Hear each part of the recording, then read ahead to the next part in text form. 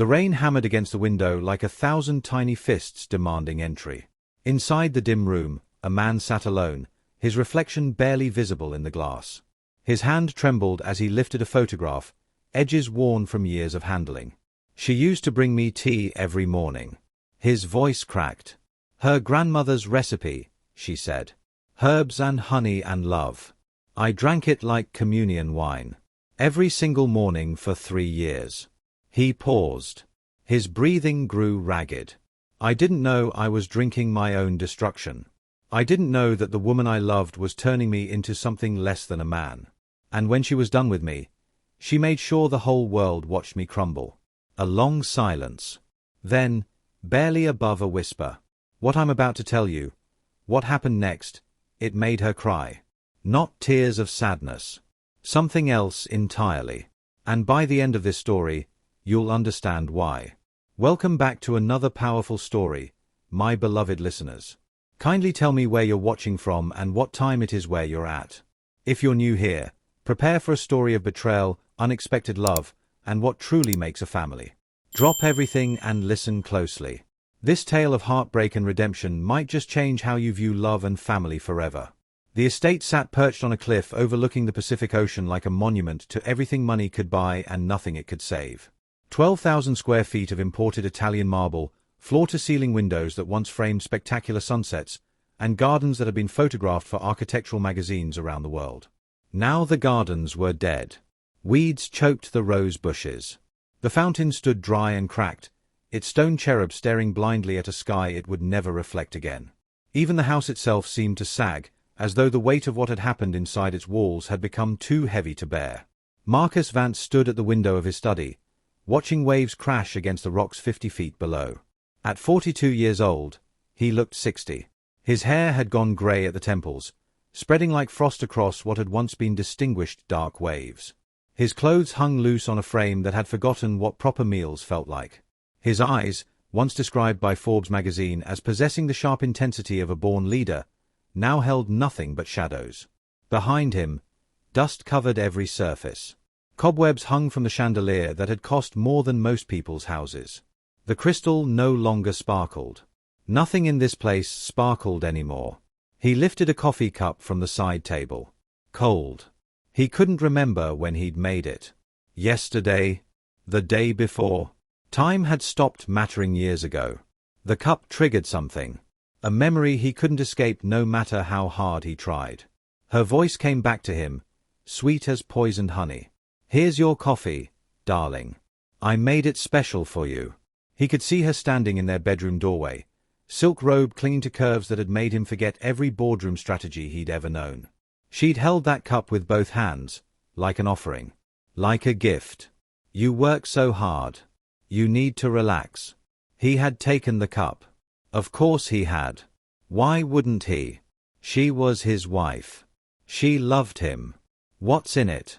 he'd asked once, noticing the slightly bitter undertone beneath the sweetness. "Just some herbs." Her smile had been radiant.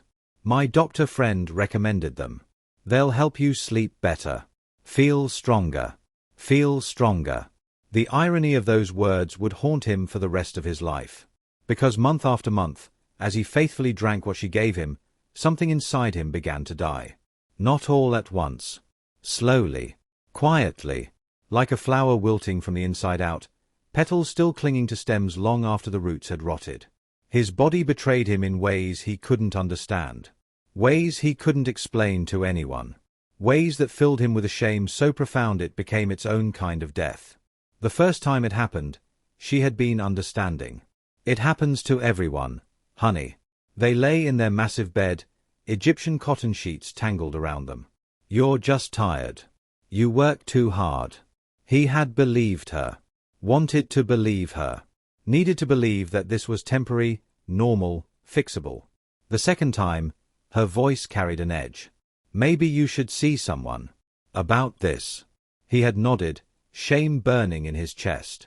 Maybe she was right. Maybe something was wrong with him. He scheduled appointments, underwent examinations, swallowed pills that promised solutions. Nothing helped. By the fifth time, the mask dropped completely. "What kind of man are you?" She'd pulled away from him like he carried a disease. "I have needs. Needs you can't even begin to satisfy." He remembered lying there in the darkness after she stormed out, staring at the ceiling, wondering when his body had become his enemy.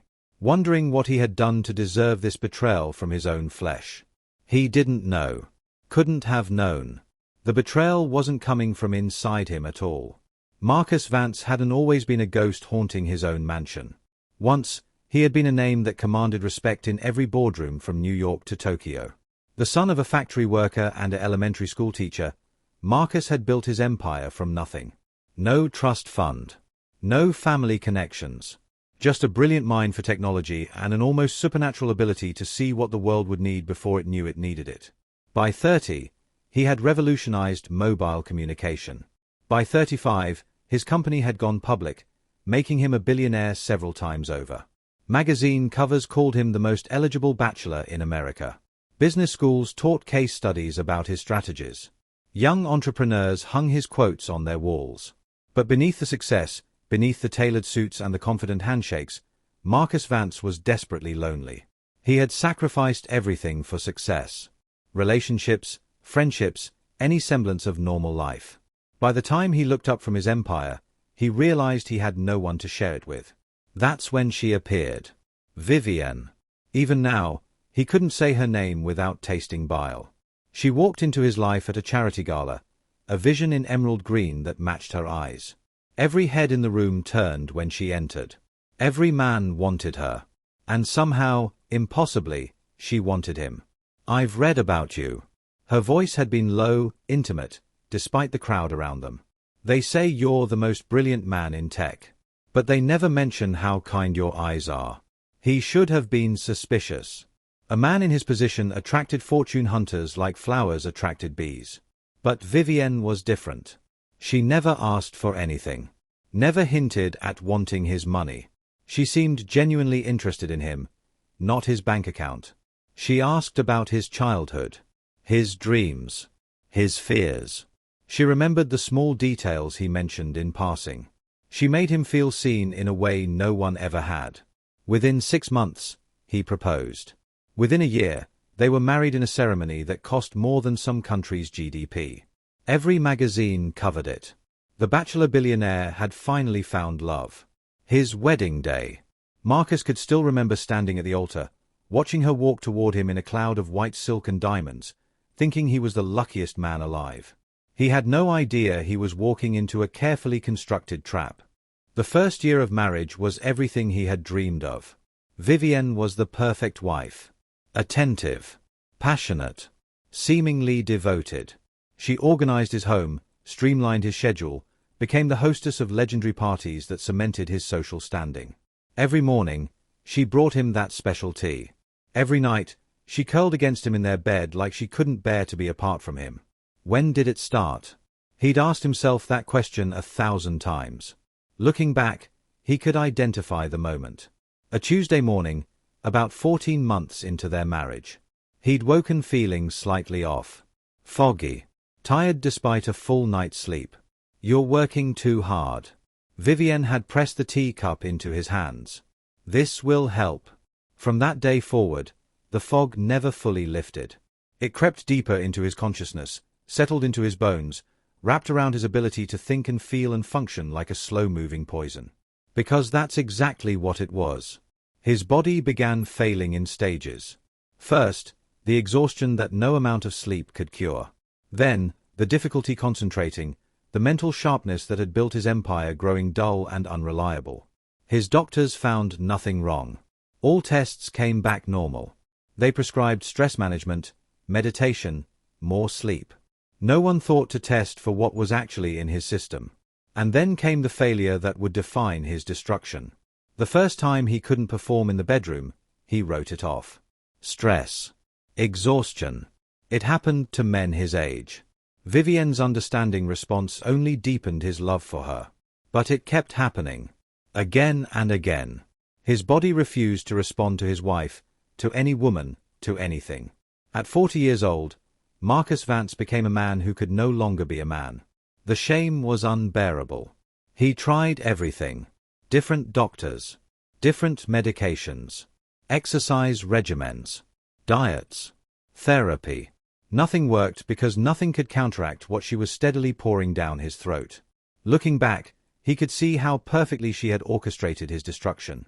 The supplements that made him dependent on her care. The gradual isolation from friends who might have noticed something was wrong. The way she positioned herself as his only support while simultaneously tearing him apart. But at the time, lost in confusion and shame, he saw none of it. He only knew that his body had betrayed him, and his wife was the only one standing by him through the nightmare. Or so he thought. The cruelty came in waves, each one bigger than the last, until it became a tsunami that would drown everything he was. It started small. A sigh of frustration when he couldn't satisfy her. A cool distance in the mornings after another failed attempt. Comments that seemed sympathetic on the surface but carried barbs beneath. I understand, darling. Not everyone can be fully functional. It's not your fault. Then the edge sharpened. My friends' husbands don't have these problems. But I'm sure they don't work as hard as you do. Then the outright cruelty. What kind of man can't even please his own wife? Her voice dripping with contempt after yet another humiliating night. I have needs. Basic human needs. And you're useless. Marcus absorbed every word like poison. Maybe she was right. Maybe there was something fundamentally wrong with him. Maybe he deserved her contempt. He threw money at the problem. Flew in specialists from around the world. Tried experimental treatments that cost more than most people earned in a decade. Nothing helped because the cause was sitting across from him at the breakfast table every morning, watching him drink his own destruction with a loving smile. The public humiliation began subtly. A party at their estate, champagne flowing, the cream of society filling their ballroom. Marcus noticed Vivienne deep in conversation with a circle of his business associates. Their wives. His competitors. As he approached, he caught fragments of her words. I don't know what's wrong with him. Her voice carried that practiced tone of concerned wife, just loud enough to be overheard. He's just not a man anymore. If you know what I mean. Polite laughter rippled through the group. The knowing kind. The pitying kind. Marcus froze. His champagne glass trembled in his hand. Every eye in the circle slid toward him, then quickly away. The pity was worse than any insult. Vivienne noticed him standing there. She smiled, not a loving smile, a triumphant one. The smile of someone winning a war he hadn't known they were fighting. That night, alone in the bathroom, Marcus stared at his reflection and barely recognized the man staring back. Hollow eyes. Gaunt cheeks. The shell of someone who used to matter. Word spread through their social circles like wildfire. At every gathering, every business dinner, every charity event, he felt the whispers following him. I heard he can't. Such a shame. So successful in business, but in the bedroom. No wonder she looks elsewhere. She looks elsewhere. Those words hit him like a physical blow. He started watching her more carefully. The way her hand lingered on other men's arms. The private smiles she exchanged across crowded rooms. The late nights she blamed on gallery openings and charity meetings. His business partner, Richard. A man Marcus had mentored, promoted, trusted with the details of his empire. Vivienne's hand on Richard's shoulder at a board meeting. Richard's knowing look. The inside joke Marcus wasn't part of. The evidence mounted, but Marcus couldn't bring himself to confront it. What would he say? How could he accuse his wife of seeking elsewhere what he couldn't provide? He had failed her. This was his fault. He deserved this. That's what she'd conditioned him to believe. That's the prison she'd built around his mind while poisoning his body. The night that finally destroyed him arrived on a spring evening that should have been perfect. His annual charity gala for children's hospitals. The event he'd hosted for years, raising millions for kids who needed help. It was the one thing he still cared about, still believed in. 500 guests filled the grand ballroom of his estate. Everyone who mattered in the city was there. Business titans. Politicians. Celebrities. The press circling like vultures, cameras flashing at every opportunity. Marcus stood near the bar, trying to remember how to smile for photographs. Vivienne circulated through the crowd in a dress the color of blood, drawing every eye, commanding every room she entered. She had never looked more beautiful. Or more dangerous. He noticed her whispering to the bandleader. Accepting something from him. A microphone. She walked to the center of the dance floor. The band stopped playing. Conversations died as all attention focused on the woman in red. Ladies and gentlemen. Her voice rang through the sudden silence. I have an announcement. Marcus's stomach dropped. Something was wrong. Something was very, very wrong. I'm leaving my husband tonight. The words detonated like a bomb. Gasps rippled through the crowd. Marcus couldn't move. Couldn't breathe. Couldn't believe what was happening. I'm leaving this weak, pathetic, broken man who can't even satisfy a woman. Vivienne's voice carried to every corner of the room, amplified by the microphone, immortalized by dozens of recording phones. I'm going with someone who actually knows how to be a man. She gestured toward the crowd. Richard stepped forward, confidence radiating from his expensive suit. He put his arm around Vivienne's waist. Possessive. Triumphant. They walked out together, heads high, while 500 people watched in stunned silence. The crowd parted for them like the Red Sea. Cameras flashed. Someone laughed nervously. Someone else started whispering. Marcus stood frozen. The champagne glass slipped from his fingers and shattered on the marble floor. He barely heard it. The room was spinning. Walls closing in. Faces blurring into a sea of pity and morbid fascination. He ran. Actually ran, this billionaire in his custom tuxedo, shoving through the crowd, sprinting up the grand staircase, lungs burning, vision tunneling. He made it to his bedroom. Slammed the door. Locked it. Then he collapsed. On the floor of his own bedroom, curled like a child, Marcus Vance shattered. Everything he thought he knew about his life, his marriage, his worth as a human being, it all crumbled into dust. He stayed there until long after the last car pulled away from his driveway. Until the caterers finished cleaning up. Until the sun rose on a world that now knew his deepest shame. He never left that house again. The years that followed weren't living. They were merely existing. The difference is vast, and those who have experienced both know exactly what that means. Marcus stopped answering the phone.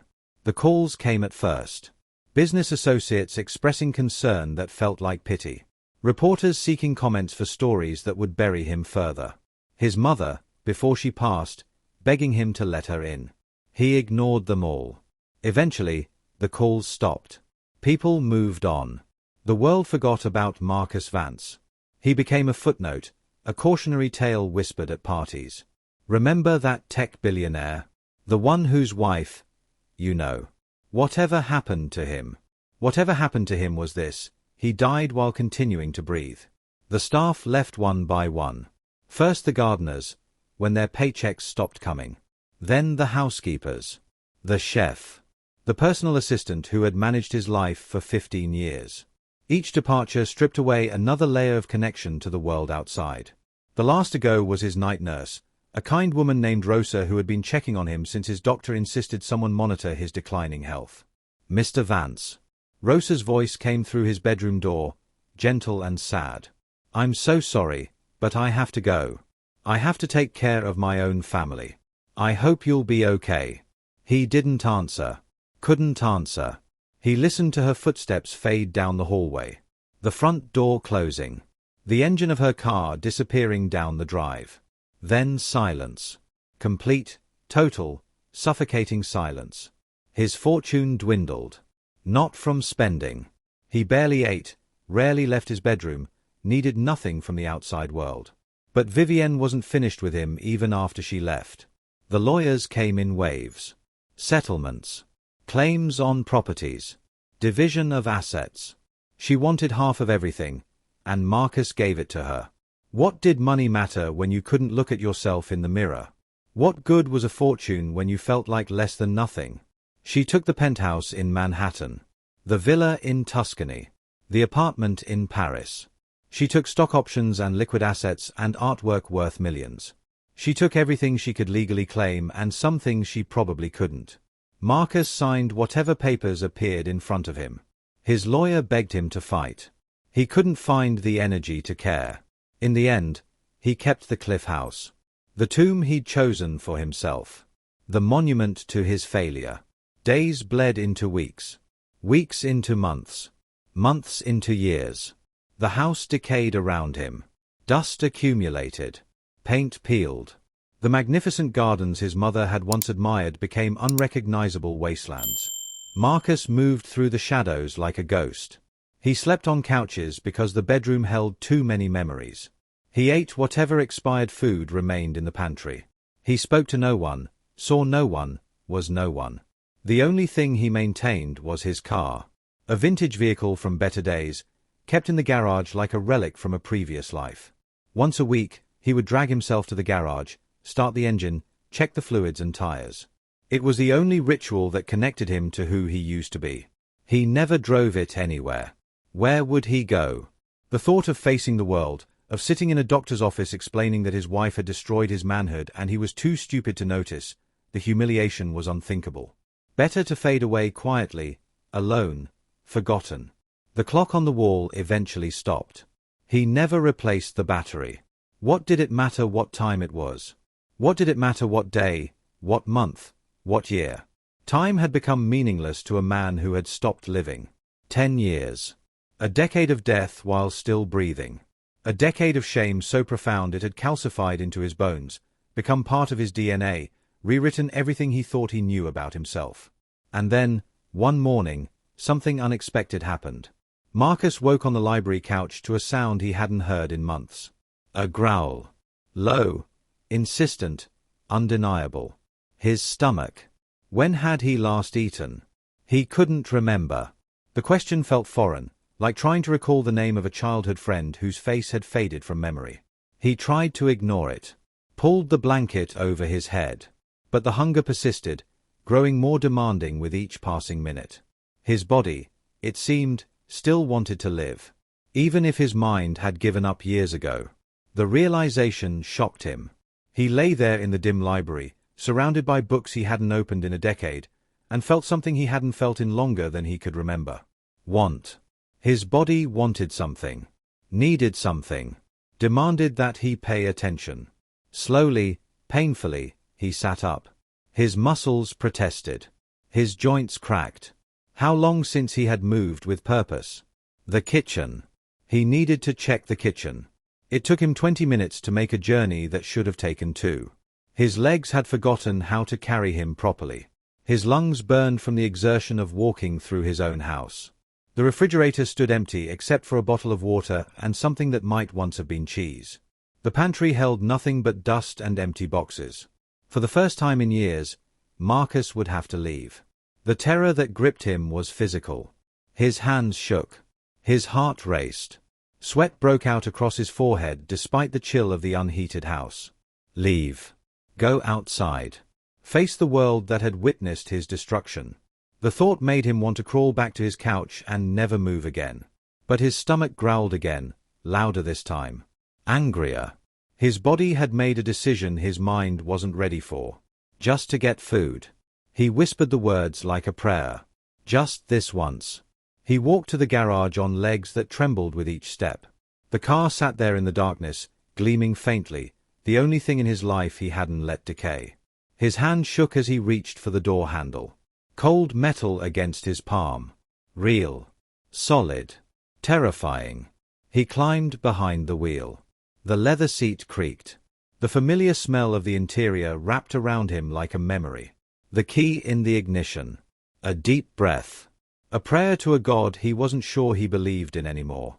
The engine roared to life. The sound vibrated through his chest. Powerful. Alive. Everything he wasn't. But hearing it, feeling it, something stirred in him. A distant echo of the man he used to be. Marcus backed out of the garage. Sunlight hit his eyes for the first time in months, blinding and brutal. He squinted against it, hands white-knuckled on the steering wheel. The world outside looked different. Sharper. More real than the shadows he'd been living in. Trees he didn't remember had grown tall along the drive. The road surface had been repaved. Time had continued without him. He drove without thinking, letting muscle memory guide him along the coast road. Away from the city. away from anyone who might recognize the hollowed-out shell of the man who had once been Marcus Vance.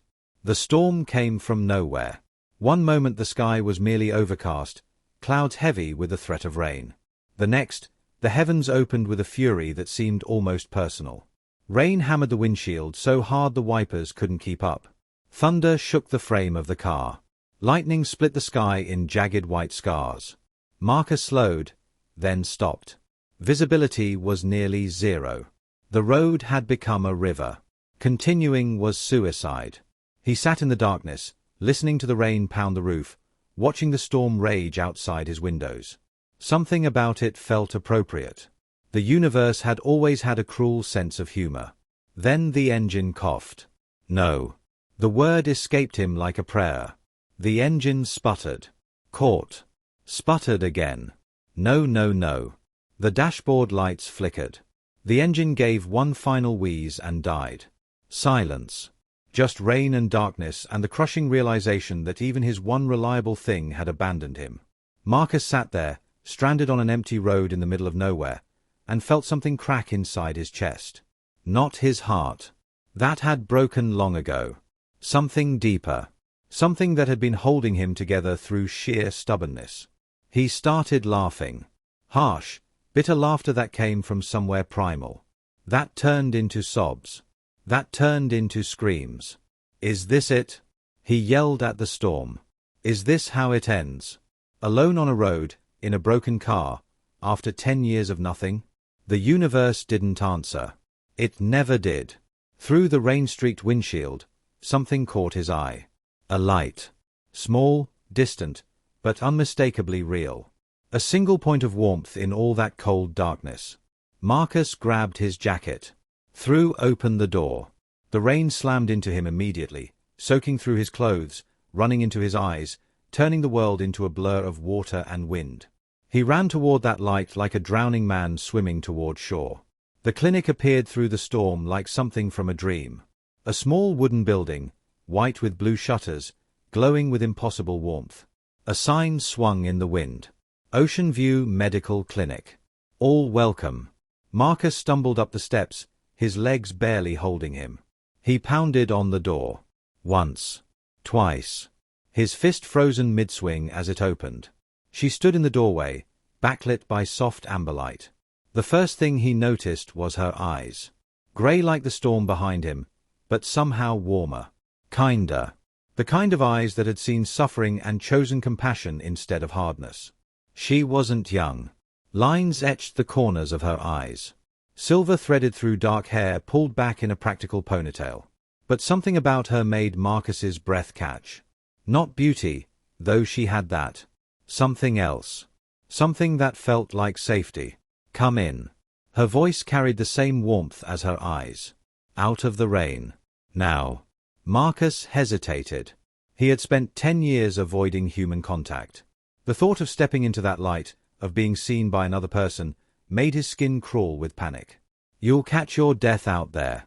She stepped aside, gesturing him in. Come on. He stumbled across the threshold. Water streamed from his clothes, pooling on her clean floor. Puddles forming around his feet like accusations. I'm sorry. His voice came out raspy, unused. My car broke down. I just need to use a phone. I'll call someone. She studied him with those grey eyes. Really studied him. Marcus felt exposed in a way that had nothing to do with his soaked clothes. You're shaking, she observed. And you look like you haven't eaten in days. Sit down. I don't want to impose. It's not an imposition. She was already moving toward a cabinet, pulling out towels. I'm Dr. Monroe. I run this clinic. And you are? Marcus hesitated. His name had once meant something. Power, wealth, success. Then it had meant something else. Failure, shame, the man who couldn't satisfy his wife. Either way, he wasn't sure he wanted to claim it. Marcus. He said finally. Just Marcus. If the name meant anything to her, she didn't show it. She just handed him the towels. Well, just Marcus. You're going to dry off, sit at that table, and eat whatever I put in front of you. The storm isn't letting up, And you're not going anywhere tonight. I really should go. Go where? Back into that? She gestured toward the window where rain still hammered against the glass. With what car? She had a point. He didn't have an argument. He didn't have anything. He found himself sitting at a worn wooden table while she moved around a small kitchen with practiced efficiency. The clinic smelled like herbs and something else he couldn't name. Peace, maybe. If peace had a smell. Within minutes, she set a bowl of soup in front of him. Steam rose from the surface, carrying an aroma that made his stomach clench with sudden, desperate hunger. Eat. She sat across from him with her own cup of tea. Don't talk. Just eat. He picked up the spoon. His hand trembled so badly the first attempt splashed soup back into the bowl. He tried again. This time it reached his mouth. The taste hit him like a revelation. Warm. Savory. Real. When had food last tasted like anything other than an obligation? He ate slowly at first, then faster, unable to stop himself. Spoonful after spoonful, hardly pausing to breathe. Dr. Monroe watched without comment. No pity in her eyes. No judgment. Just presence. Steady, calm presence. When he finally finished, scraping the bowl for the last drops, she spoke again. The storm won't pass until morning. Roads are dangerous. You should stay tonight. I can't impose on your hospitality any more than I already have. It's not hospitality. It's medical common sense. You're hypothermic, exhausted, and clearly haven't taken care of yourself in a very long time. In my professional opinion, you need rest and warmth more than you need polite protests. Why are you doing this? The question escaped before he could stop it. You don't know me. I'm a stranger who showed up on your doorstep in a storm. Why help me? Dr. Monroe paused, her teacup halfway to her lips. She set it down slowly, met his eyes with that steady grey gaze. Because you knocked. She said simply. Because you needed help. And because I've never been able to turn away someone in need. It goes against everything I became a doctor to do. She stood, moving toward a door at the back of the clinic. There's a recovery room where patients sometimes stay for observation. Clean sheets, warm bed. Use it tonight. We'll figure out your car situation in the morning. She paused in the doorway, looked back at him. Whatever you're carrying, Marcus. Whatever happened to make you look like a man who's been at war with himself? You don't have to carry it alone tonight. She disappeared into the back room before he could respond. Marcus sat at the table, empty bowl before him, and felt something he hadn't felt in 10 years. Seen. He felt seen. By a stranger who knew nothing about him, who expected nothing from him, who simply offered kindness because kindness was what she had to give. His eyes burned. He blinked rapidly, refusing to let the tears fall. The recovery room was small but warm. Clean sheets, as she'd promised. A window overlooking the storm, rain still streaming down the glass. Marcus lay down fully clothed, certain he wouldn't sleep. His mind always raced at night, replaying humiliations, cataloguing failures, reminding him of everything he'd lost and everything he'd never have. But something was different tonight. The sound of rain on the roof. The warmth of the blankets. The lingering taste of soup on his tongue. The knowledge that somewhere in this building, a woman who didn't know his shame had still chosen to help him. Sleep pulled him under like a tide. For the first time in 10 years, Marcus Vance slept without nightmares. Morning arrived with birdsong. Marcus woke slowly, confused by the unfamiliar sensations. Comfort. Warmth. The absence of dread. For a moment, he didn't know where he was. Then he remembered. The storm. The clinic. The woman with grey eyes who had fed him soup and given him a bed without asking for anything in return. Sunlight streamed through the window. The storm had passed, leaving a world washed clean and bright. Voices drifted from somewhere beyond his door. Dr. Monroe talking to someone, her tone professional but warm. A patient, probably. Marcus sat up slowly. His body ached everywhere. The deep ache of neglect finally being noticed. But beneath the ache, something else stirred. Something almost like energy. He should leave. Sneak out before she saw him in daylight. Before she noticed how pathetic he really was, how far he'd fallen, how little remained of the man he used to be. But his legs wouldn't move. Something kept him rooted to that bed. The door opened. Dr. Monroe stepped in, carrying a tray. Coffee, toast, eggs. Actual food. Thought you might be hungry. She set the tray on the bedside table. How do you feel? Confused. He admitted before he could stop himself. About what? About why you're being so kind to a stranger. She sat in the chair beside the bed, studied him with that assessing gaze that seemed to see through every wall he'd built. Everyone's a stranger until they're not. Besides, you look like you needed kindness more than you needed questions. They sat in comfortable silence while he ate. Real food. Real company. Real human connection for the first time in a decade. Your car is still out there, she said finally.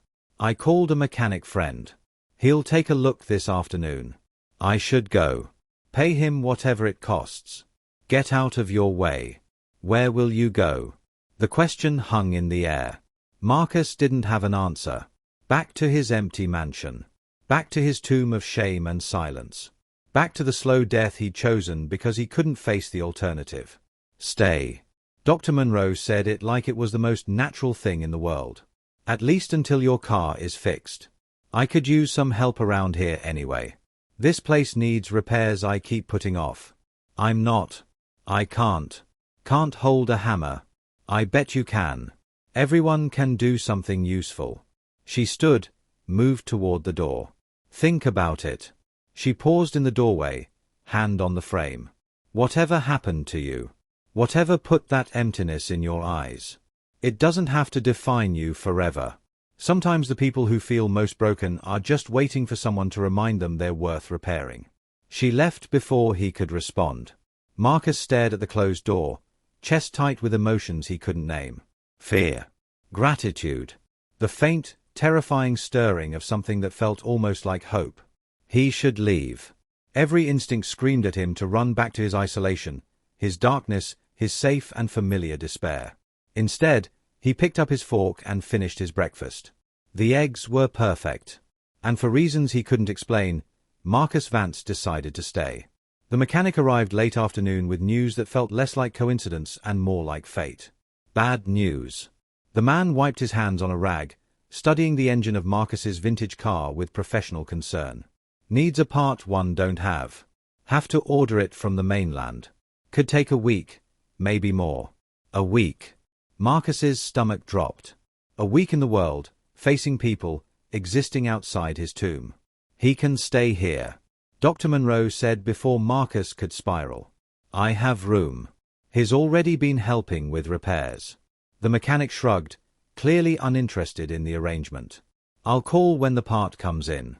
After he left, Marcus turned to Dr. Monroe with something between panic and wonder. You don't even know me. I know enough. She was organizing supplies in a cabinet, seemingly unconcerned with his existential crisis. I know you're hurting. I know you've been alone too long.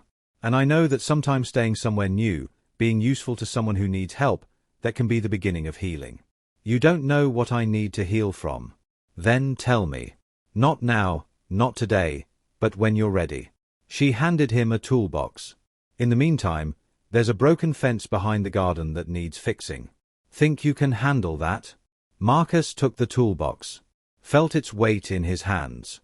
Solid, real, demanding action instead of thought. I can try. That's all any of us can do. Days bled into each other in ways Marcus hadn't experienced since before his world collapsed. Not the empty blurring of depression, where time meant nothing because nothing mattered. This was different. Hours disappeared because they were filled with purpose. He fixed the fence. Then the leaking faucet in the examination room. Then the squeaky hinge on the supply closet. Then the broken chair in the waiting area.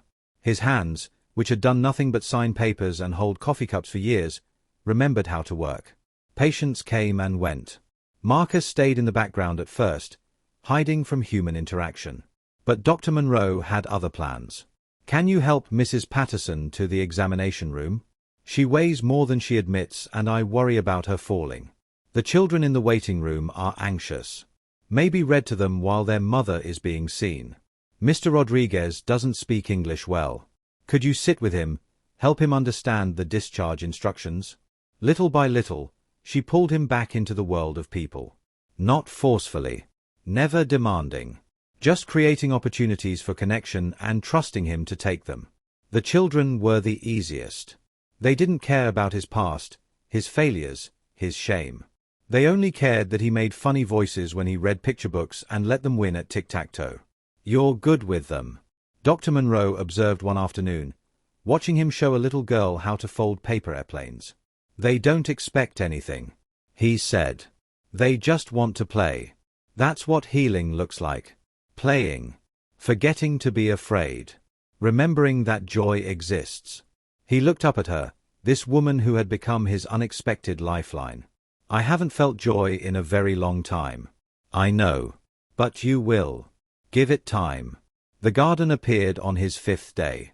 Behind the clinic, hidden from the road by overgrown hedges, lay the bones of something that had once been beautiful. Flower beds choked with weeds. A collapsed pergola. A fountain filled with debris and dead leaves. Marcus found Dr. Monroe standing there, looking at the destruction with an expression he recognized. The expression of someone remembering something they'd lost. What happened here? She was quiet for a moment. Then, my partner and I built this garden together. Before he got sick. We spent every weekend out here, planting, building, dreaming about what it could become. Your partner, Benjamin. He was a teacher. 3rd grade. Believed every child deserved to feel special. She smiled, but her eyes were sad. Car accident. 3 years ago. One day he was here, the next he was gone. I'm sorry. Don't be. Grief is strange. It takes things, but sometimes it gives things back. She looked at him. I couldn't bear to look at this garden after he died. So I let it go. Let it become what you see now. But you haven't forgotten it. No. I come here sometimes. Remember. Wonder if I'll ever have the strength to bring it back. She paused. Would you help me? Rebuild it, I mean. Make it beautiful again. I don't know anything about gardens. Neither did Benjamin when we started. We learned together. She gestured to the tangled mess. What do you think? Could you learn with me? Marcus looked at the dead garden. Saw the potential beneath the decay. The metaphor was almost too obvious. I can try. Together, they began clearing weeds. The work was harder than anything Marcus had done in years. His muscles screamed. His back ached. Blisters formed on hands that had become soft with neglect. But there was something meditative about it. The rhythm of pulling weeds, turning soil, making space for new growth. His mind quieted when his hands were busy. The constant loop of shame and regret that usually played in his head faded to background noise. You know what this reminds me of? Dr. Monroe asked one afternoon. They were knee-deep in clearing the old flower beds. What? Starting over. You can't plant new things until you clear out what's choking the soil. Have to remove the dead stuff, the weeds, before anything new can grow. Marcus understood the metaphor. Knew she meant more than the garden. You're not subtle. Never claimed to be. She grinned, soil smudging her cheek. But am I wrong? He looked at the cleared bed they'd just finished. Empty now, but ready. Waiting for whatever would be planted next. No. He admitted. You're not wrong. That night, sitting on the clinic's back porch watching the sunset paint the sky in shades of orange and pink, Dr. Monroe told him about Benjamin. He was everything I thought I wanted. Smart, funny, passionate about making the world better. We were going to get married, have children, grow old together in that garden. She sipped her tea. Then a drunk driver ran a red light, and all those plans became memories. How did you survive it? I almost didn't. She was quiet for a moment. I spent 2 years drowning. Couldn't work, couldn't eat, couldn't see any reason to keep breathing. Then one day I realized I had a choice. Die with him, or live in a way that honored what we had. So you became a doctor. I became someone who could save people when I couldn't save him. She looked at him. We all carry our ghosts. The question is whether we let them haunt us or teach us. Marcus felt something crack inside him. A wall he'd built so carefully, keeping everyone out, keeping his shame locked away. Her words were chipping at its foundation. "I have ghosts," he heard himself say. "I know. They might scare you away. Try me." The weight of his secret pressed against his chest. 10 years of silence, of shame, of believing he was too broken to ever let anyone see the truth. Dr. Monroe waited. Patient. Unhurried. As if she had all the time in the world for him to find his words. "Can I tell you tomorrow?" he asked finally. "I want to. I need to. But tonight I can't. Tomorrow is fine." She reached over, squeezed his hand briefly. "Whenever you're ready. I'm not going anywhere." That night, lying in the recovery room that had become his home, Marcus stared at the ceiling and prepared himself. Tomorrow, he would tell her everything. Tomorrow, he would risk the only connection he'd made in a decade. Tomorrow, he would either find salvation or lose the last thing keeping him alive. The weight of it should have crushed him. Instead, for the first time in 10 years, Marcus fell asleep feeling something other than despair. He fell asleep feeling ready. The morning Marcus had been dreading arrived with cruel sunshine. Birds sang outside his window like they didn't know the world was about to shift on its axis. Like they didn't understand that in a few hours, he would either find redemption or lose the only person who had shown him kindness in a decade. He lay in bed longer than usual, rehearsing what he would say. How do you tell someone the thing you've spent 10 years hiding from?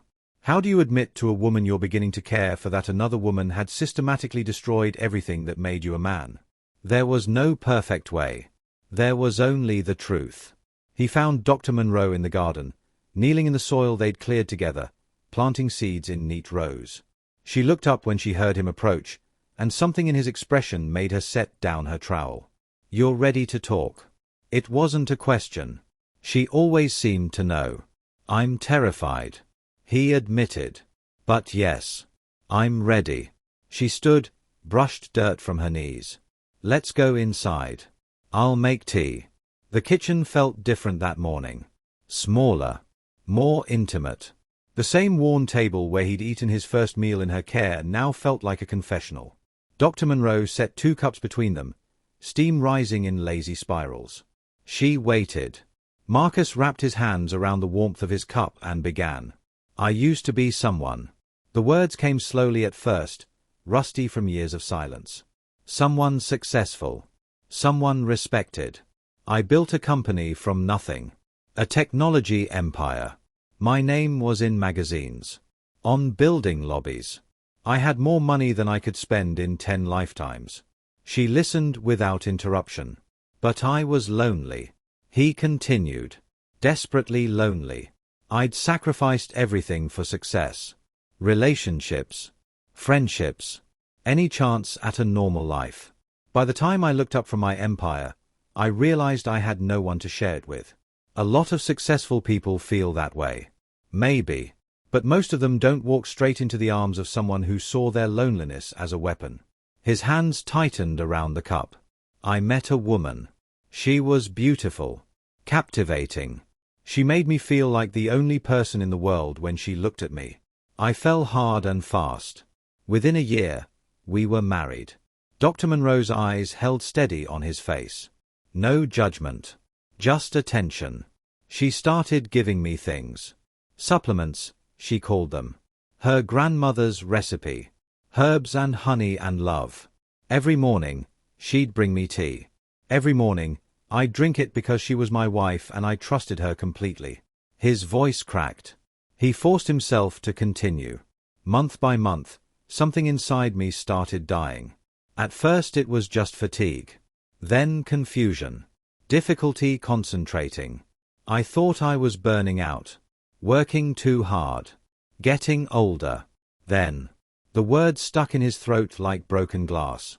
"Then my body stopped working." The silence stretched between them. Dr. Monroe didn't flinch. Didn't look away. Just waited for him to find his next breath. "I couldn't perform. With her. With anyone. My body just stopped responding. I was 40 years old and I felt like I'd been hollowed out from the inside." "She poisoned you." 3 words. Simple. Direct. Carrying a weight of understanding that made Marcus's eyes burn. Yes. He whispered. For 3 years, she systematically destroyed me while pretending to love me. And I was too blind, too trusting, too desperate to believe she actually wanted me, to see what was happening. He told her everything then. The words poured out like water from a broken dam. The failed attempts at intimacy. Her cruelty as his condition worsened. The public humiliations at parties where she whispered his failures to anyone who would listen. The affair with his business partner. The final destruction at his own charity gala. She walked to the center of the ballroom. 500 people watching. Took a microphone and announced she was leaving me. Called me weak. Pathetic. Broken. Said she was going with a real man. Then she walked out with my partner while everyone I'd ever known watched me crumble. Tears streamed down his face now. He couldn't stop them. Didn't try. I ran to my bedroom and didn't leave that house for 10 years. Let everything decay. Let my money drain away. Let myself become a ghost. Because what was the point of living when I wasn't even a man anymore? Dr. Monroe reached across the table. Her hand covered his, warm and steady. Look at me. He couldn't. The shame was too heavy. The exposure too raw. Marcus. Look at me. He forced his eyes up. Expected to see pity. Disgust. The same contempt his ex-wife had shown him. Instead, he saw fire. What she did to you was abuse. Her voice was fierce. Systematic. Deliberate. Criminal abuse. You were poisoned by someone who was supposed to love you. Someone who exploited your trust and weaponized your goodness against you. None of this was your fault. Do you understand me? None of it. But I let it happen. I drank what she gave me. I stayed when I should have left. You stayed because you loved her. Because you trusted your wife. Because you believed in your marriage vows. That's not weakness. That's loyalty. She twisted something beautiful in you and used it as a weapon. I'm broken now. Permanently. It's been 10 years and I still can't. I'm not a man anymore. Stop. Her grip on his hand tightened. Stop saying that. You are a man. A good man. A man who survived something horrific. Your body may have been damaged, but bodies can heal. It's a question of finding out what the damage is and treating it properly. Marcus shook his head. The hopelessness was too familiar. Too comfortable. I can't go to hospitals. Can't face the exams. Can't explain to strangers what happened. Then let me examine you. Here. Privately. Let me run tests and figure out what we're dealing with. You don't have to face anyone but me. He stared at her. This woman who had opened her door to a drowning stranger. Who had fed him and sheltered him and pulled him back into the world of the living.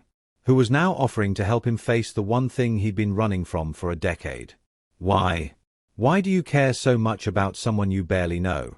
Because I'm a doctor. And you need help. She paused. And because I care about you. More than I probably should for someone I've only known a few weeks. But I do.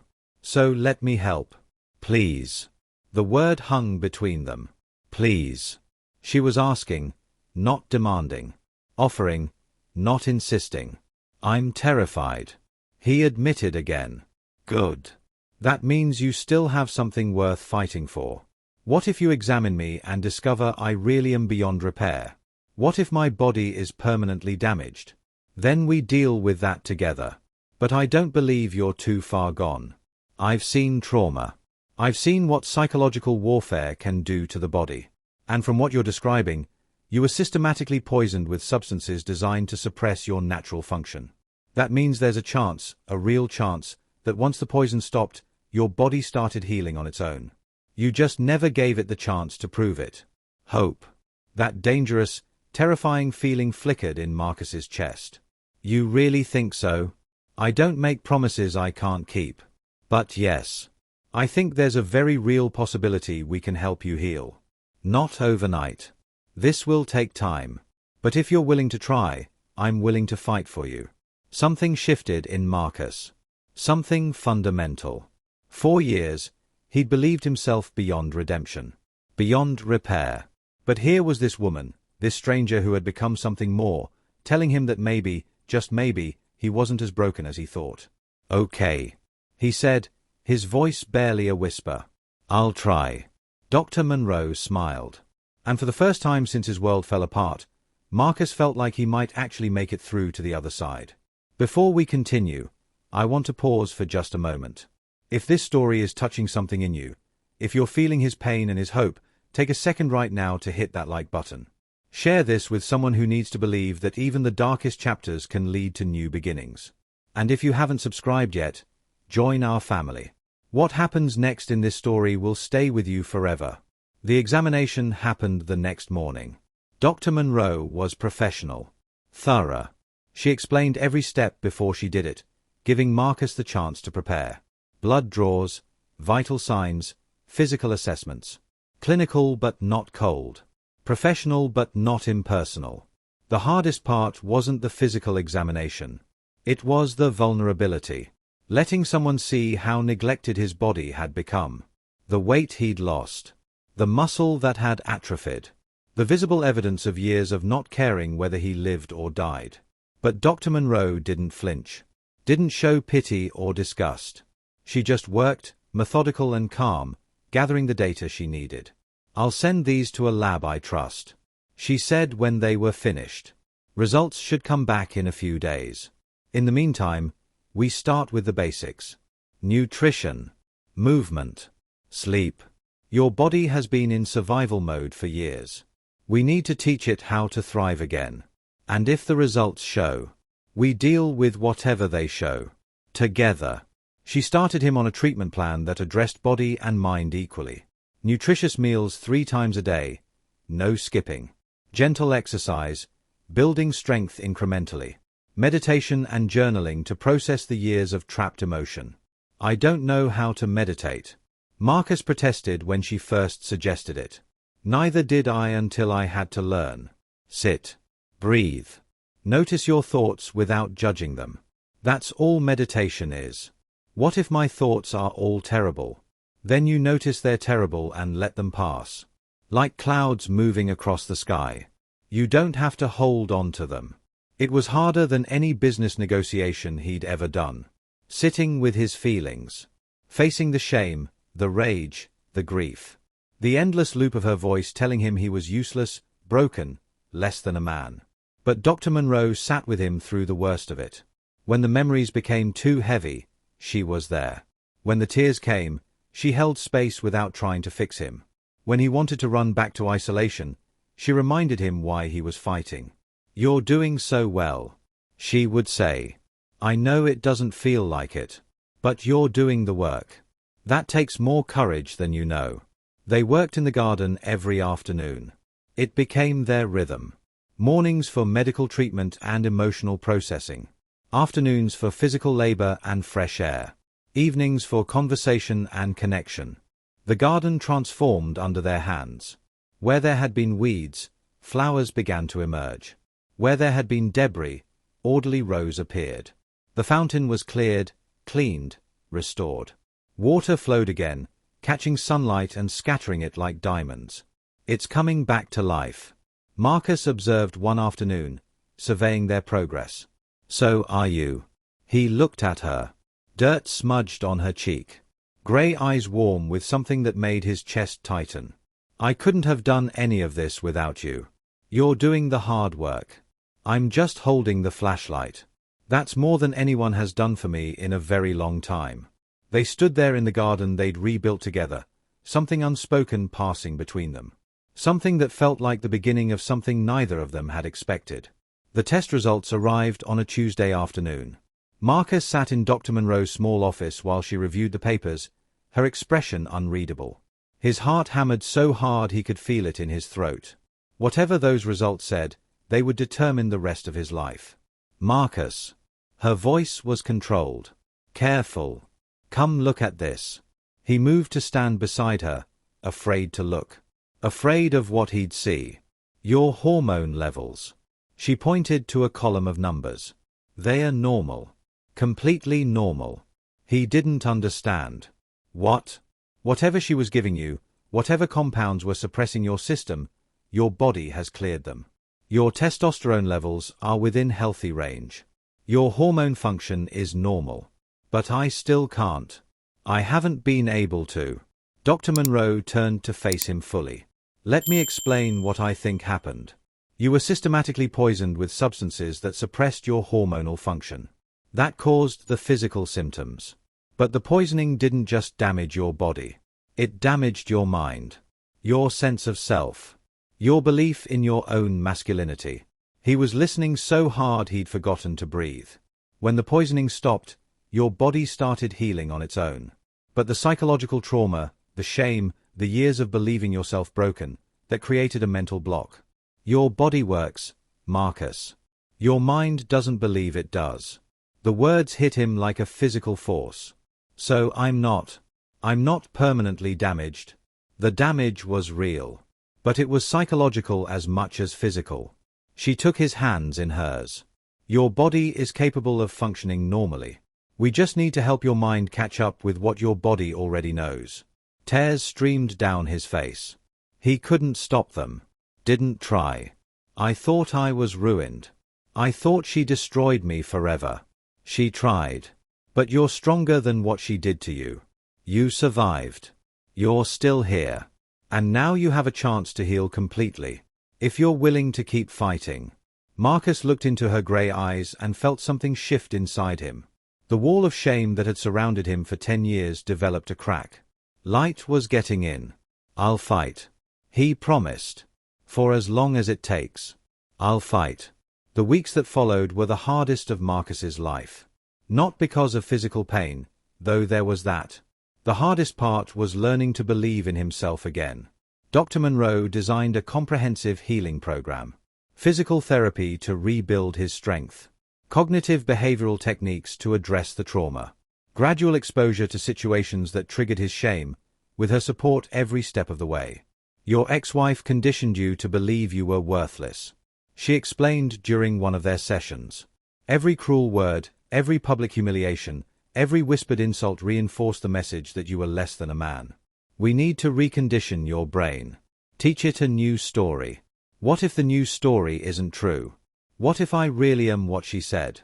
Is that what you believe about yourself? Or is that what she taught you to believe? He didn't have an answer. That was the problem. He couldn't tell anymore where her voice ended and his own thoughts began. The garden became their classroom. Every day, they worked side by side, planting and tending and growing. And every day, Marcus got a little stronger, a little more hopeful, a little more willing to believe that healing was possible. One afternoon, while they were transplanting seedlings, Dr. Monroe's hand brushed against his arm. Casual, accidental, meaningless in any normal context. But something happened. A spark, a flutter, a stirring in his body that he hadn't felt in over a decade. Marcus froze. Dr. Monroe noticed his stillness. Looked at him with concern. Are you okay? He couldn't speak. Could barely breathe. Because something was happening. Something impossible. Something he'd stopped hoping for years ago. His body was responding. Not dramatically. Not overwhelmingly. But unmistakably. The first faint evidence that his physical function was returning. I feel something. He managed to whisper. Dr. Monroe's eyes widened with understanding. Then her face broke into a smile so radiant it could have powered the entire clinic. Oh, Marcus. That's wonderful. That's your body remembering.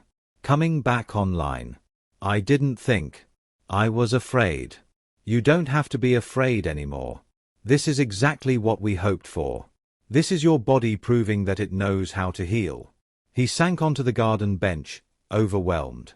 Tears streaming down his face for the 100th time since he'd arrived at this clinic. But these weren't tears of shame or grief. These were tears of relief so profound it felt like a religious experience. I thought I was dead inside. He whispered. I thought she killed that part of me forever. She tried. But she failed. Dr. Monroe sat beside him. Put her arm around his shoulders. Let him cry against her until the storm passed. You're coming back, she said quietly. You're finding your way home. And holding her there in the garden they'd built together, Marcus finally allowed himself to believe it might be true. Their relationship shifted after that day. Something unspoken passed between them. A new awareness. A charged energy that neither of them acknowledged but both of them felt. Marcus found excuses to be near her. Helping in the clinic more than necessary. Extending their evening conversations until the stars came out. Looking for reasons to touch her hand or brush against her shoulder. He was falling in love. He knew it. And he was terrified. Because what if she didn't feel the same? What if she only saw him as a patient, a project, someone to fix and send back into the world? And even if she did feel something, what then? He was damaged. Healing, yes, but still carrying scars that might never fully fade. What right did he have to burden her with his broken pieces? The answers came on a night when the universe seemed determined to bring them together. A storm rolled in from the sea. Thunder rattled the windows. Lightning split the sky. The power went out, plunging the clinic into darkness. Dr. Monroe moved through the space with practiced ease, lighting candles until the room glowed with warm, flickering light. They sat at the kitchen table with tea between them while rain hammered the roof. "This reminds me of the night we met," Marcus said quietly. "The night you stumbled in from the storm looking like a drowned man who'd forgotten why he should bother to breathe." He smiled. His first real, unguarded smile in longer than he could remember. "You have a way with words. I have a way with truth." They looked at each other across the candlelight. Something shifted in the air between them. "My test results came back weeks ago," Marcus said. "The ones that showed I was physically healed. I remember. Since then, I've been trying to figure out how to say something to you. How to tell you what you mean to me. But every time I try, the words get stuck." Dr. Monroe set down her teacup. Her grey eyes held his gaze. "Then don't use words." The invitation hung in the air between them. His heart hammered against his ribs. "I'm afraid," he admitted. "Of what?" "That I'll disappoint you. That I'll try and fail. That I'll prove I'm still the broken thing she made me." Dr. Monroe stood. Moved around the table. Knelt beside his chair so she was looking up at him with those impossibly kind eyes. "You've never been broken," she said quietly. "You were wounded. There's a difference. And I don't need you to perform or prove anything. I just need you to trust me. I do trust you. More than I've trusted anyone in my entire life. Then trust this." She leaned up. Pressed her lips to his. Soft and tentative, giving him every opportunity to pull away. He didn't pull away. His hands came up to cup her face. The kiss deepened. Years of loneliness and longing poured into the space between them. When they finally broke apart, both of them were trembling. "I love you," Marcus whispered. The words came out before he could stop them. "I know it's too soon. I know I have no right to say that when I'm still healing. But I love you. You gave me back my life. You made me believe I was worth saving when I'd given up on myself." Dr. Monroe touched his face. Traced the lines of his jaw. Wiped the tears that were sliding down his cheeks. "I love you too," she said. "I have since that first night. When you stood in my doorway looking lost and broken and somehow still fighting to survive. But I couldn't say anything. Not while you were healing. Not while you might confuse gratitude with love. This isn't gratitude. This is real. I know." She kissed him again. "I know." She took his hand. Led him through the candlelit clinic toward her private quarters. The room he'd never entered. Her sanctuary. "Are you sure?" he asked. "Because if we do this and I can't, then we stop. Then we hold each other and it's still perfect. This isn't about performance. It's about connection. Whatever happens, we're together. That's all that matters." The night that followed was nothing Marcus had expected. There was fear at first. Of course there was. A decade of shame doesn't disappear in a single evening. But Dr. Monroe, Celeste, that was her name, her real name, the name he whispered like a prayer. She guided him through it with patience and tenderness. She didn't need him to be perfect. She didn't need him to prove anything. She just needed him to be present, to trust, to let himself feel without judgment. And his body remembered. Not just remembered. Exceeded. Everything he'd believed impossible happened naturally, beautifully, like his physiology had been waiting for permission to come back to life. Afterward, they lay tangled together. Skin against skin. Hearts synchronized. Marcus couldn't stop the tears. They streamed down his face as 10 years of held-back grief, shame, and loneliness finally released. "I thought this part of me was dead," he whispered against her neck. "She killed it. I was sure she killed it." Celeste held him tighter. "She tried to kill all of you. But you're too strong. You survived. And now you're here, alive, whole, capable of everything you thought you'd lost. Because of you. Because of us. This is partnership. I'm not your savior. I'm your equal. We saved each other." They stayed awake through the storm. Talking. Touching. Making love again when the words ran out. By the time dawn light began filtering through the windows, Marcus understood something he'd never grasped before. Love wasn't about performance. It wasn't about proving worth or earning affection. It was about showing up. Being present. Trusting another person with your broken pieces and letting them trust you with theirs. "Marry me." The words came out before he could think better of them. Celeste laughed. A bright, surprised sound. "It's been one night. I don't care. I wasted 10 years hiding from life. I'm done wasting time. Marry me. Build a life with me. Let me spend every day proving I'm worthy of what you've given me. You don't have to prove anything. Then let me love you. For the rest of our lives. Let me wake up every morning grateful that you opened your door to a drowning stranger." Celeste looked at him. Really looked. Then she smiled that smile that had become his favorite thing in the world. "Yes. Just like that. Just like that. I've been waiting my whole life for someone who makes me feel the way you do. Why would I waste another minute pretending otherwise?" They kissed as the sun rose. Two people who had been broken by life, finding wholeness in each other. Now, before we continue to the ending of this beautiful story, take a moment. If you're crying right now, if you're feeling the hope and the love and the beauty of two people healing together, you're not alone. Drop a comment below and let me know where you're watching from. Tell me how this story is making you feel. And if you haven't already, hit that subscribe button. What comes next is something you'll never forget. The wedding took place in their garden. Simple. Beautiful. Perfect. White roses bloomed along the pergola they'd rebuilt together. The fountain splashed peacefully in the background. A handful of guests, people from the community who had become their friends, patients who'd become family, filled white chairs on either side of a hand-laid stone path. Marcus stood at the makeshift altar, wearing a suit that actually fit now, his frame filled out with months of proper nutrition and care. He watched Celeste walk toward him through the garden they'd created together and felt his heart expand beyond the boundaries of his chest. She wore simple white. Nothing elaborate. Just herself, honest and radiant, the most beautiful thing he'd ever seen. The vows they'd written said everything that mattered. "Celeste, you found me when I was drowning. You saw worth in a broken man who couldn't see it himself. You didn't just heal my body. You taught me how to be human again. How to hope. How to love without fear. I promise to choose you every day.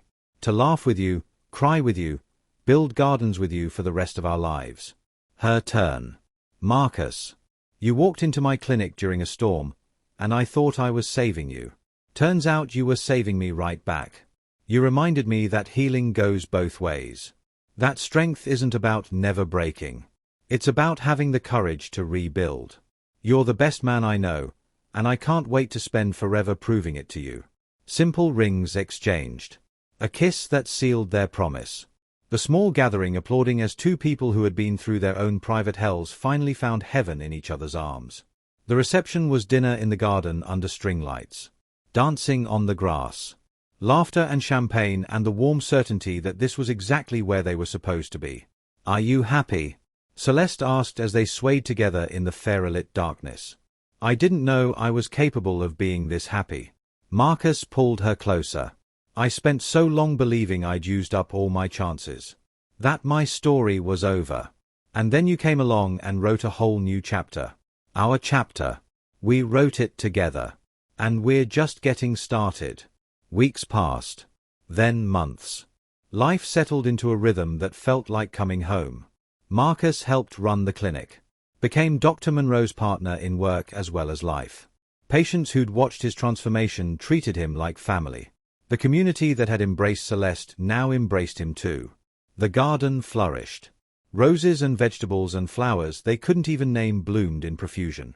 Every morning, Marcus walked through it with his coffee and marveled at what they'd created from nothing. Then something changed. Celeste woke one morning and ran to the bathroom. Marcus found her there, pale and shaking, convinced she'd caught a stomach bug. But it wasn't a bug. The symptoms continued. Nausea every morning. Exhaustion by afternoon. A sensitivity to certain smells that hadn't been there before.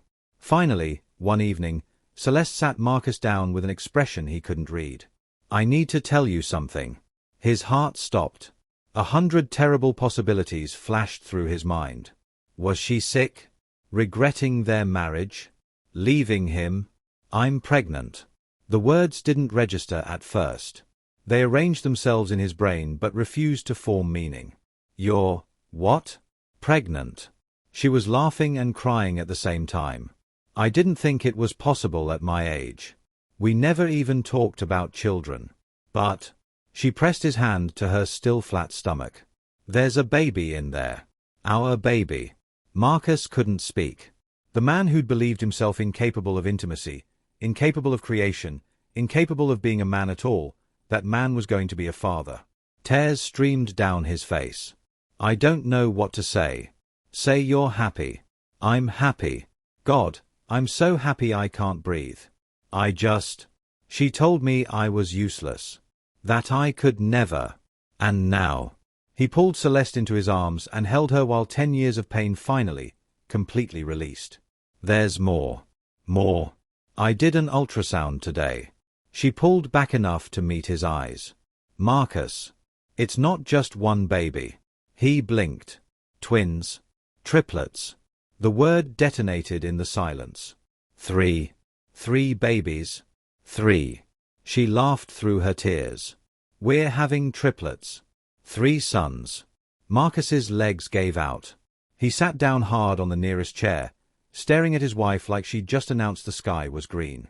3 sons. The man who thought he couldn't even perform in a bedroom was about to become father to 3 children at once. How is this possible? He managed. The same way all of this is possible. Because life is stranger and more beautiful than we could ever imagine. She knelt in front of him. Took his hands. "We're going to be parents.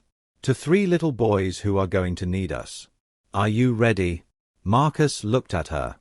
At this woman who had saved him. At the future growing inside her. At the impossible, miraculous life they were building together. "I'm ready," he said. "For all of it. Whatever comes." 3 babies. One could say it was overwhelming. Terrifying. An impossible challenge for 2 people who'd never expected to be parents at all. They would be right. And they would be missing the point entirely. Because those 3 lives growing inside Celeste were proof. Living, kicking, demanding proof that Marcus Vance was not what his ex-wife had tried to make him. He was whole. Capable. A man in every sense of the word. The pregnancy was difficult. Carrying triplets at her age pushed Celeste's body to its limits. Marcus became her caretaker now, reversing the roles from when he'd first arrived. He helped her dress when bending became impossible. Rubbed her swollen feet. Held her hair when morning sickness struck. "I feel useless," Celeste complained one particularly hard afternoon. "You're creating 3 lives." Marcus reminded her. That's the opposite of useless. He prepared for fatherhood with the same intensity he'd once brought to building his empire. Read every book on pregnancy, childbirth, infant care. Converted the spare room into a nursery with 3 cribs, 3 changing tables, 3 of everything. The community rallied around them. Patients brought hammer-down baby clothes. The elderly woman down the road knitted blankets in 3 different colors. People they'd never met dropped off casseroles and diapers and offers to help. This is what it means to have people, Marcus observed one evening, surveying the pile of gifts that had accumulated. I never had this before. Even when I had millions. Money can't buy what love builds for free. The birth came on a spring morning. Celeste woke with the first contraction at dawn. By the time they reached the hospital, things were moving fast. The staff rushed her to delivery while Marcus ran alongside the gurney, refusing to let go of her hand. I'm scared, Celeste admitted between contractions. So am I. But we're doing this together. I'm not leaving you. The labor was long. Intense. There were moments when the doctors' faces grew concerned and Marcus's heart nearly stopped. But Celeste was a fighter. Had always been a fighter. And she wasn't giving up now. The first cry split the air just after noon. It's a boy, the doctor announced. Healthy and strong. They placed the baby on Celeste's chest for a moment. Marcus looked at his son, eyes squeezed shut, face red, and felt his soul expand to make room for a love he'd never known existed. But there wasn't time to marvel. The second baby was coming. Another boy. Strong lungs, this one, announcing his arrival with indignant screams. And then, finally, the third. Smaller than his brothers. Quieter. But perfect. Absolutely perfect. 3 sons. 3 lives. 3 miracles. Marcus held all 3 of them over the course of that first hour. 1 at a time, then 2 at a time, then all 3 cradled against his chest while Celeste watched with exhausted joy. We did it. He whispered. We actually did it. You did it. Celeste corrected. You never gave up. Even when you thought there was nothing left worth saving. The babies were named that night. Simple names. Strong names. 3 boys who had no idea they'd been born from ashes. Created by 2 people who'd found each other in the darkness and chosen to build light. Weeks later, after they'd brought the babies home, after the sleepless nights and the endless feedings and the chaos of new parenthood had become their new normal, Marcus received a message. He was sitting in the garden, all 3 boys sleeping in a triple stroller beside him, when his phone buzzed. A text from an old business contact he hadn't heard from in years. Thought you should know. Saw your ex-wife today. Working as a waitress at a restaurant downtown. Looks rough. The guy she left you for dumped her years ago. Lost everything. Just thought you'd want to know karma exists. Marcus read it twice. Then a third time. He waited for the anger. The vindication. The bitter satisfaction of knowing she'd suffered. None came. Just peace. Complete, unexpected, liberating peace. He deleted the message without responding. Celeste appeared with coffee, settling into the chair beside him. Everything okay? He smiled. Looked at his sleeping sons. At the garden they'd built together. At the woman who had given him back everything he'd lost and more besides. Everything is perfect. That night, Marcus stood in the garden after the boys were asleep. Moonlight silvered the roses. The fountain splashed peacefully. Stars scattered across the sky like promises. He thought about the journey. From cliff's edge to this moment. From wanting to disappear to being surrounded by more love than he'd ever imagined possible. He thought about the woman inside. The one who'd opened her door to a stranger and ended up saving both their lives. He thought about his sons, sleeping peacefully in their cribs. 3 futures he'd helped create. 3 chances to love without fear. And he understood something he'd missed for so long. The storms that nearly destroy us aren't punishments. They're redirections. Sometimes we have to lose everything to find what actually matters. Sometimes we have to be broken completely before we can be rebuilt into something stronger. Celeste appeared in the doorway. Come to bed. In a minute. She walked to him. Wrapped her arms around his waist. Rested her head against his chest. What are you thinking about? Everything. Nothing. How different my life is from what I thought it would be. How much better it is than anything I could have imagined. Regrets? Not a single one. Even the pain. Even the years of suffering. Because all of it led me here. To you. To them. He turned to face her. Cupped her face in his hands. Thank you. For opening your door that night. For seeing something worth saving when I couldn't see it myself. For fighting for me when I'd given up on fighting for myself. You fought too. You never stopped fighting, even when you didn't know you were doing it. That's what I saw in you from the beginning. A man who refused to let go, even when letting go would have been easier. We saved each other. Yes. And now we get to save them. She nodded toward the house where their sons slept. 3 little people who are going to need us to teach them what love looks like. Marcus kissed her. Slow and deep. Pouring everything he felt into the contact. When they broke apart, she was smiling. Come inside. Tomorrow's going to be exhausting. 3 babies make sure of that. He laughed. Took her hand. Together, they walked back toward the house. Toward their family. Toward the life they'd built from the ashes of what had been destroyed. The truth that made her cry wasn't sadness. It was joy. The overwhelming, impossible joy of watching someone you love come back to life. Of building something beautiful from nothing. Of proving that no matter how broken you feel, you're never beyond repair. And under the stars, with his wife in his arms and his 3 sons sleeping inside, Marcus finally understood the lesson he'd spent a lifetime learning. Sometimes the poison that nearly destroys you is just destiny's brutal way of leading you home. And that, my beautiful listeners, is where our story ends. Not in tragedy, but in triumph. Not in darkness, but in light. If this story touched your heart, if it reminded you that healing is possible, that love can find us when we least expect it, that our worst chapters can lead to our best futures, then please share it with someone who needs to hear it. Subscribe if you haven't already. Leave a comment telling me what this story meant to you. Because stories like this aren't just entertainment. They're reminders that no matter how broken we feel, we are never beyond repair. Thank you for being my family. Thank you for being here. Thank you for believing in the power of love to transform even the most shattered heart. Until next time, this is Tales of Desire with Mr. Walker, reminding you that every ending is just a new beginning in disguise. And some beginnings are worth waiting a lifetime for. The end.